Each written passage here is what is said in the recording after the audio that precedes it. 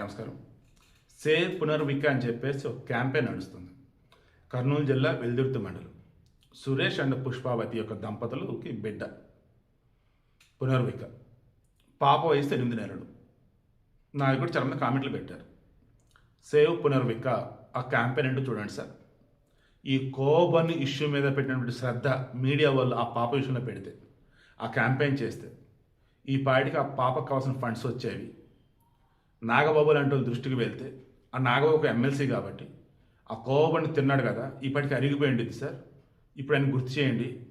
మీరు మీడియా కాబట్టి మీరు కూడా మీ దాంట్లో టాపిక్ హైలైట్ చేయండి. నా దాంట్లో డిస్క్రిప్షన్ లింక్ ఇస్తున్నాను. ఇంపాక్ట్ గురు అని చెప్పేసి దాని త్రూ వాళ్ళు ఫండ్స్ కలెక్ట్ చేస్తున్నారు. ఏ క్యూఆర్ పెడితే ఆ క్యూఆర్ పెట్టి డబ్బులు పంపకండి, ఓకేనా? నేను చెప్పదలుచుకుంది, అయ్యా నాగబాబు గారు, కోబన్ వలి విషయంలో నేను స్పందించా, మీరు స్పందించారు. బట్ నేనేమో ఒక జర్నలిస్ట్గా మేడారం జాతరలో ఈ కోబన్ వలి మీద అవతలలో మీడియా ముసుగులు చేసిన దౌర్జన్యం ప్రశ్నించా. నిజంగా నా కోబన్లు తప్పిదం ఏదైనా ఉంటూ ఉండే దాన్ని నిరూపించాల్సిన విధానం ఇది కాదురా బాబు. నీ గోల్డెన్ ఆపర్చునిటీ వచ్చిందిరా. నిజంగా అందులో ఫంగస్ వచ్చి ఉంటేనో, పురుగులు బండ్లు కూడా ఉంటేనో ప్రూవ్ చేసిన సూపర్ ఉండేదిరా, చెడగొట్టుకున్నారు పిల్లడని చెప్పేసి వాళ్ళకి చెప్పున్నాను. అది వీడియో ఇచ్చున్నాను. బట్ అందులో ఆ వలిని చూస్తే నిజంగా నాకు బాధ అనిపించింది. ఆల్మోస్ట్ కళ్ళ నిలబెట్టుకుని నేర్చిన పని చేశాడు. అండ్ వలిని చూస్తే అంత తెలివిగల అమాయకుడిలా ఉన్నాడు. ఈలోపు ఆ ఉగ్రవాద సంస్థకు సంబంధించిన రాజకీయ వింగ్ ఎస్డిపి వచ్చి పక్కన కూర్చోబెట్టుకున్నారు. అదొక కంపెనీ. ఈ కంపెనీ తర్వాత అంటారు ఆకలికి మతం లేదు, ఆకలికి కులం లేదంటూ ఓవరాక్షన్ చేస్తూ మొత్తం సెక్యులర్ బ్యాచ్, సినిమా వాళ్ళు మొత్తం వలీకి సపోర్టు, ఫండ్స్ మీద ఫండ్స్, డబ్బుల మీద డబ్బులు ఇచ్చేశారు. లైఫ్ టైం సెటిల్మెంట్ అన్నట్టు చేశారు వలీకి. అయితే ఇక ఇప్పుడు అయిపోయింది కదా.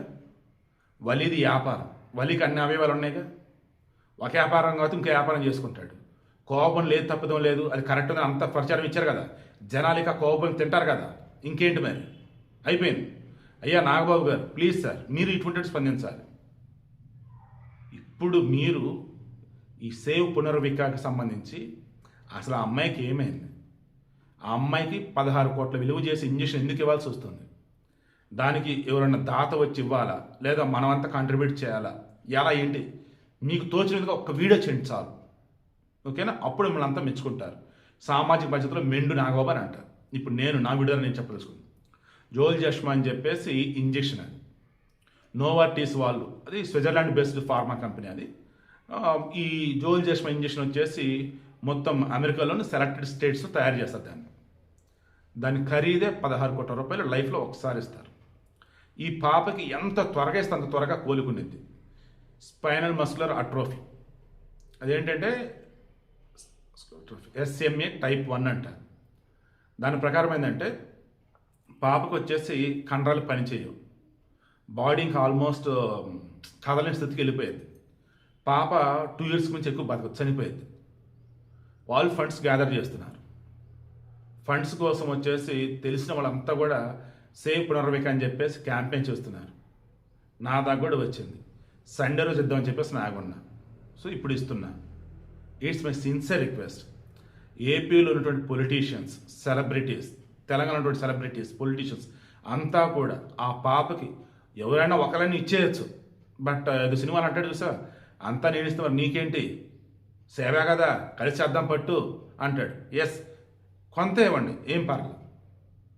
చారిటీ సంస్థలు ఏ ఒకటి ఉంటే ముందుకు వస్తే ఇవ్వండి. మరలా ఇక్కడ ఈ పునర్విక విషయంలో వాళ్ళ తల్లికి తప్పు ఏమీ లేదు. ఎందుకంటే కొన్ని లక్షల మందిలో ఒకరికి అరుదుగా ఈ వ్యాధి వస్తుంది. నర్వ్ సిస్టమ్ మొత్తం డ్యామేజ్ అయిపోయింది. సో ఇదండి ఓవరాల్గా ఆ ఇష్యూకి సంబంధించి సేవ్ పునర్విక. నా వంతుగా నేను చేయాల్సింది నేను చేశాను. సెలబ్రిటీస్ దృష్టికి, పొలిటీషియన్ దృష్టికి ఖచ్చితంగా ఈ వీడియో అయితే వెళ్తుంది. అలా వెళ్ళేలాగా అందరూ షేర్ చేయండి ప్లీజ్. అండ్ అతి ముఖ్యమైన విషయం చెప్పాలి, నేను పసిబిడ్డ విషయంలో ఇలా మాట్లాడుతున్నాను. పెద్దవాళ్ళకి సంబంధించి అనుకోని జరగడం జరిగితే వాళ్ళ కుటుంబం ఫైనాన్షియల్గా రోడ్డుని పడాల్సి వచ్చింది. అలా వద్దు. టర్మ్ ఇన్సూరెన్స్ తీసుకోండి. లేదు మీరు బాగానే ఉన్నారు, డబ్బు బాగానే ఉంది, మీ ఏజ్ చిన్న ఏజే, లైఫ్ ఇన్సూరెన్స్ తీసుకోండి. డీటెయిల్స్ మొత్తం కూడా నాకు కాల్ చేస్తే నేను చెప్తా. ఖచ్చితంగా టర్మ్ ఇన్సూరెన్స్ కానీ లైఫ్ ఇన్సూరెన్స్ కానీ మీ ఫ్యామిలీకి ఒక బలంగా ఉంటుంది. ఇది నేను చాలా ప్రాక్టికల్గా ఆలోచించి చెప్తున్నా. నేను వ్యాపారం కోసం పబ్లిసిటీ అసలు కాదండి. మీకంటూ ఒక ఇన్సూరెన్స్ అనేది ఉంటే అది కుటుంబానికి ఎంత బాధ్యతగా ఉంటుందో, బరువు అంటారు బలంగా ఉంటుందో చెప్పడం కోసే ఈ ఎండింగ్లో ఈ లైన్ యాడ్ చేశాను.